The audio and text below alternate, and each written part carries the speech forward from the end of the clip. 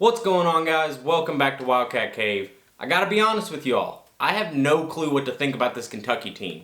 After the Gonzaga game, I would have told you that all of this is a disaster of a year and we may not make it out of the first weekend again. But now, after they go and beat Ole Miss with maybe the best defensive game of the year, they have pulled me back in. You never know what you're gonna get out of this team on a night in and night out basis, which makes them really frustrating to watch, but it also makes them really dangerous. I haven't given up hope yet. Let's talk about it.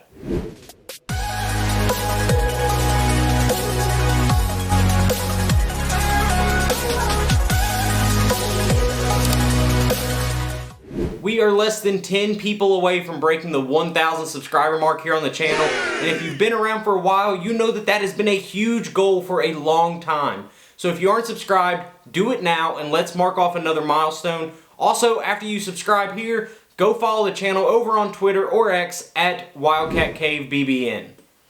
It seems like the fan base this year is just as split as I can remember, and it's not just for basketball. It seems it's on every issue. Is it football versus basketball? You like Stoops or you hate Stoops? Is football overachieving or underachieving? Do we fire Cal or do we build him a statue?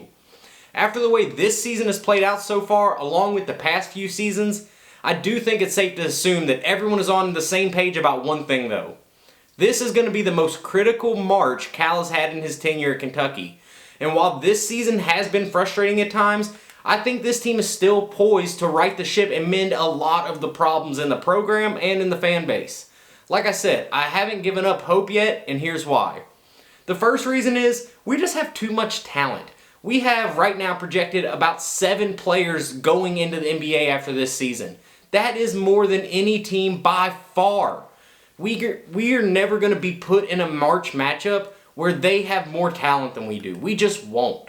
And especially at guard. And guess what wins in March? Guard play. Our weakest position is our center, and that is not a good thing, I guess, but it's not a bad thing in March because guards win. So if you're going to pick a position to be weak in, I would pick center. Also, our stars are finally becoming stars. You know, DJ is finally coming around. He's been kind of up and down all year, but it seems like he is playing better. Ugo, who no one expected to be great, is playing awesome. Reed and Rob obviously are doing what they're doing, and they were supposed to be like the 4th and 5th best players, and they're becoming the best 2, which is going to be a great sign. There's going to be games when we need depth because our top guys, Reeves and DJ, and those guys aren't playing well. But our stars are becoming stars. Our guards are better than any guards in the country, which wins in March. And there's never going to be a matchup where we're not better at least 3 out of the 5 positions, if not 4 or 5 out of 5. Reason number 2 I haven't given up is our scoring. We just have too many scoring options for teams to stop all of us. Last year, teams knew that if they could stop Antonio from scoring, we really had no one else that could go get their own bucket. Oscar was great, but he was a scoring threat, but he wasn't going to win the game for you.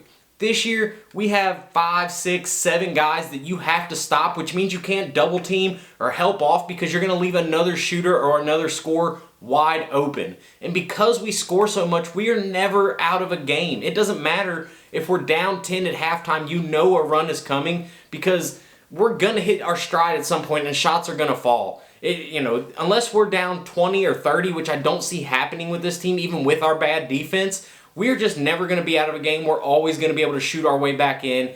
Rob can come off the bench, even if he's had a terrible game, go 4 for 4 from 3, and then boom, you're back in it or you're ahead. And also, scoring can honestly overcome a lot of bad defense. If you're giving up, 85 points a game in SEC play like we are, you can still win because we're scoring 90 on a night in, night out basis. Now, that's not going to be necessarily sustainable in March, but a lot of March games, if you're trying to win 65, 63 every game, it's going to get you. I would rather have great scoring than elite defense. Now, our defense does need to get a little better, and that brings me to point number 3, is our defense has shown signs of life. Like I said, against Ole Miss, we played probably the best defensive game we've played all year.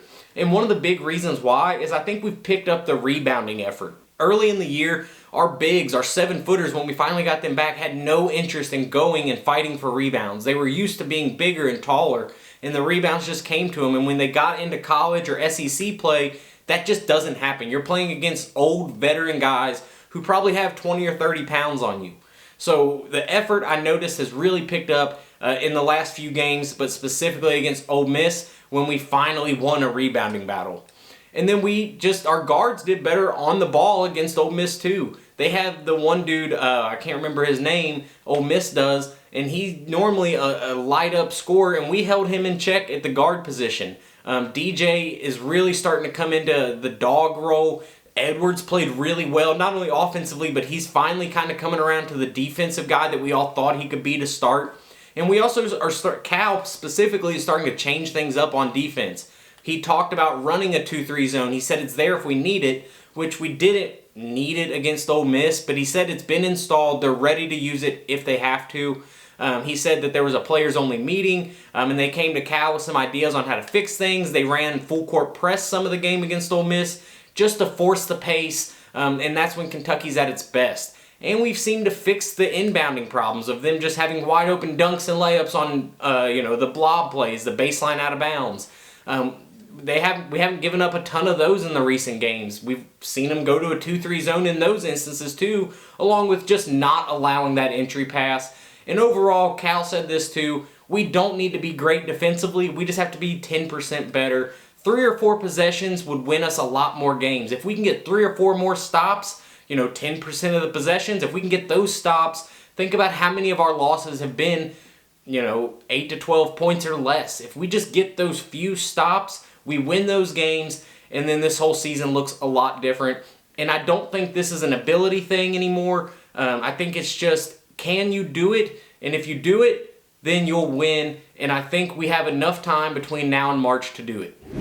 Now, this doesn't necessarily have to do with giving up on the season, although it kind of does. But a lot of you guys have been in my comments and my mentions about firing Cal. Are you ready to say it yet? We played so terrible against Gonzaga. It's time for Cal to go. No, I'm not ready to say that we're firing Cal or we should fire Cal. Has this year been slightly disappointing so far? Yes, it has. But I have a couple of points here. Number one is, who would you hire? There is not, if you watched the video with Stephen Peak last week, we talked about this. There's not a great name out there. The most likely name is probably Scott Drew at Baylor, and does that get you excited? Yeah, he won the COVID NCAA championship with a bunch of older transfers, and that's great, but Baylor hasn't been great since. Chris Holtmann just got fired at Ohio State. Why would we want him? Muss is probably going to Louisville, and I don't know that he fits Kentucky. He complains too much. He just doesn't. He makes those goofy videos of him dancing. He's not the guy. Jerome Tang would be the worst hire, which is another person Louisville's considering. And then you got Nate Oates, who is, had his problems last year with Brandon Miller and the shooting, and just overall is probably too arrogant. Now, Cal's an arrogant dude, but he's a confident arrogant. Nate Oates has an undeserved arrogance, which if you watch my football videos this past year, drives me crazy and I think is a terrible fit at Kentucky. And number two is that Cal has, a lot of the arguments is, we ran Tubby out of town for more. Well, Cal has more goodwill built up than Tubby. Yeah, Tubby had a championship in his first year with Pitino's guys and had some success throughout, but overall Cal has been probably the second best, and there might be an argument for first best if Rupp didn't have all the championships that he does. But Cal has had a longer sustained success here by far than Tubby ever did. And then, the final reason is the obvious one. There's still, after this season, a $33 million buyout that the school doesn't have. Boosters aren't paying it, and there's just not the money to buy Cal out of his contract. The only way Cal leaves is if he wants to. So can we please stop the silly fire Cal comments and tweets and arguments? It's not happening. It's a waste of breath. And honestly, I don't know that it should. Now, if we go in and we flame out in the first round, this is all subject to change. Maybe it is time for Cal to go if something like that happens. But at the end of the day, winning cures all. If this team can put together a run like I think they're still capable of, none of this will matter. Kentucky now has 7 games left in their season, with the biggest obviously being tomorrow at Auburn. And that's going to be a tough game to win for any team. Kentucky hasn't won there since 2019, and Auburn is really, really good this year. I would urge you guys watching this video, do not overreact to a loss. Now, if we lose by 40 like South Carolina, then maybe we can talk about overreacting. But this is a game that even good Kentucky teams, like elite Kentucky teams, could go and lose. So if that happens, that doesn't change my opinion on anything I've just said. However, if Kentucky finds a way to pull out a win, then that's a game that has major implications when it comes to seeding. Number one, it really helps you with your rankings in the SEC and could help avoid playing on Thursday in Nashville. But more importantly, that's the type of game that bumps you up a seed line in the NCAA tournament. I think we have a real chance to beat Auburn. It obviously won't be easy, but if we can slow down Broome, who started his career at Moorhead, and their other forward, Williams, then they're gonna struggle. They don't have a guard who scores in double figures. So if our 7-footers can keep their bigs in check, or at least in foul trouble maybe, then I think all of a sudden the momentum swings to Kentucky. I haven't given up hope on this team yet. I hope you haven't either. They have too much talent, score too much, and have too good of a coach just to flame out in March. That is going to wrap up this week's video, guys. Thank you all for watching. Subscribe to the channel so we can reach 1,000 subscribers. Let me know in the comments, where do you stand on the team? Do you think the season's over, or can they still be special? I'll see you guys next week. Go Cats and beat Auburn.